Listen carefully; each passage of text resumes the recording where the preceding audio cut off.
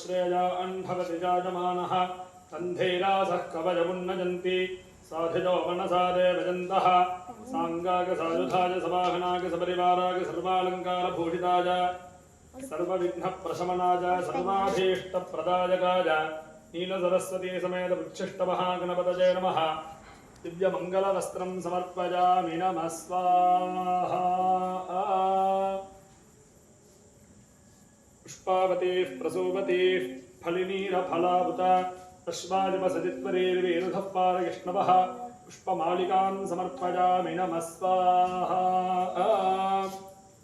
मधुमातारतायते मधुक्षरन्ति सिन्धवः माध्वीर्नः सन्तोषधीः मधुनक्वमुतोषसि मधुमत्पार्थिः सुमृजः मधुद्यौरस्तु नः पिता मधुमान्नो वनस्पतिर्मधुमागुम् अस्तु सूर्यः माध्वीर्गावो भवन्तु नः मधु मधु मधु अमृते अमृतोद्भवे अमृतेश्वरी अमृतवर्षिणी अमृतं श्रावय श्रावय स्वाहा।